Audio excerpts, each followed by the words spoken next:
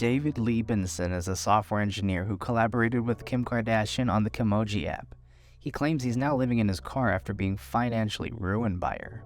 David and two of his colleagues made the emoji set that got thousands of downloads per second upon its launch and made $1 million each minute, according to reports. However, their agreement fell through due to what he claims were misunderstandings, and Kim and her no-nonsense lawyer, Marty Singer, left him with no choice but to abandon their plans to develop Kimoji, losing out on millions upon millions of dollars. Liebensohn sued Kim for $300 million in 2019, claiming that she stole his invention and fled with the trademarks. Needless to say, Liebensohn is determined to get what he deserves from this mess. Kim's team, on the other hand, claims Liebensohn voluntarily signed away all ownership rights to the app, granting Kim unfettered ownership of Kimoji, and that a LA Superior Court just rejected his claims against her. Before the deal fell through, Liebensohn and his associates initially agreed on a deal with Kardashian's team for a profit share on Kimoji and an anti-cyberbullying app that they had developed called CensorGram, which Kim wanted to be the face of. The Kimoji app was so popular that Kanye West, Kim's husband at the time, even rapped about it in his 2015 song Facts. Plus Kimoji just shut down the app store. And we made $1 million a minute. We made $1 million a minute. We did. Yeah, we made $1 million a minute. We made $1 million a minute. According to Liebensohn, he had to drop out of his $300 million lawsuit because his ongoing living expenses and legal expenditures got way out of hand. Liebensohn, having nothing left to lose, used his iPhone 13, the only piece of technology that he currently owns, to build the website Kardashian-Ruined-My-Life.com. David was formerly based in Oklahoma City, but has since relocated to Los Angeles, where he's been waving a banner that says Kim Kardashian Ruined My Life, which he hopes will get attention both on and offline. Liebensohn admits being resentful and unable to move on from the circumstances, but can you blame him? The guy lost his home, his family. I mean, his kids were a couple of teens that really liked the Kardashians at the time, and it must have been pretty hard in a situation like this, especially if they don't understand the complexity of it all. In the lawsuit, Liebensohn stated that he had two partners, Narayan and his cousin Daniel. They all developed CensorGram in 2014 to protect social media users' accounts from bullying and spammers, while also developing these sexy emojis, which attracted Kim's attention.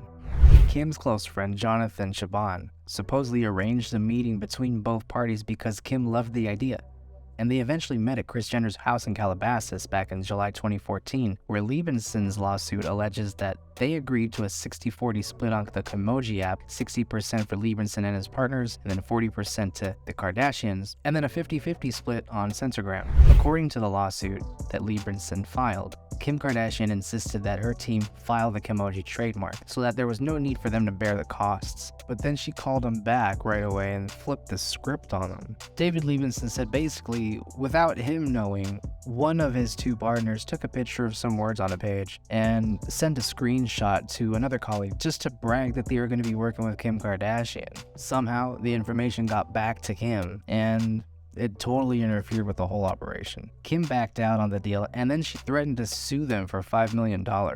Suffice to say, they got really spooked when Kim's Hollywood attorney fired out a legal threat for causing Kim emotional distress and defamation, and she demanded that they sign a settlement agreement which would release them from facing a potentially financially ruinous lawsuit, on the condition that they walk away from any future development of Kimoji and to never talk about it publicly. According to the settlement, Singer sent to Liebensohn and his colleagues, both parties can continue to develop apps as long as they don't use Kim's name, KK branding, or the like, and she didn't use CensorGram's copyrighted software.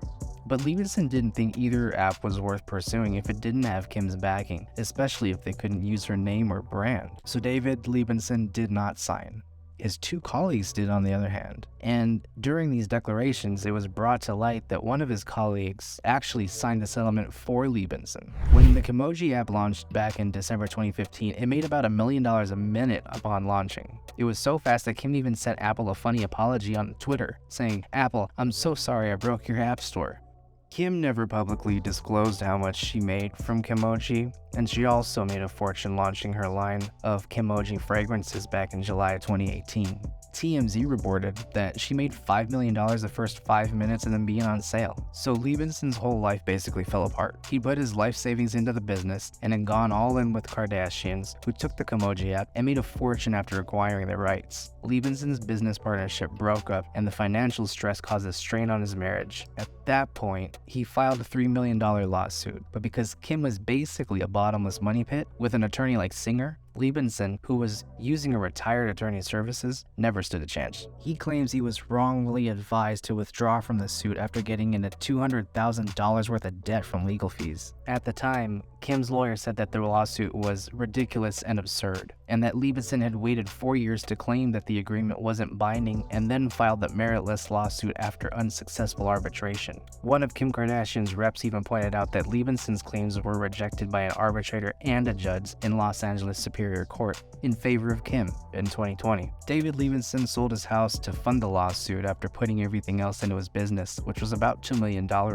before everything fell apart. He also lost his wife, and in all of this darkness, admitted that he thought about suicide on a couple of occasions, but is reminded that he needs to be around for his kids, who he sends money to every week. After this rock bottom, he decided to put his story out there online, and at this point, he says that the Kardashians really can't do anything to him financially or emotionally anymore, and that he has nothing to lose. He stated in an interview, "I didn't sign any NDA. I can shoot from the hip." David Liebensohn wants the world to know what happened to him, and needless to say, the story is gaining some traction.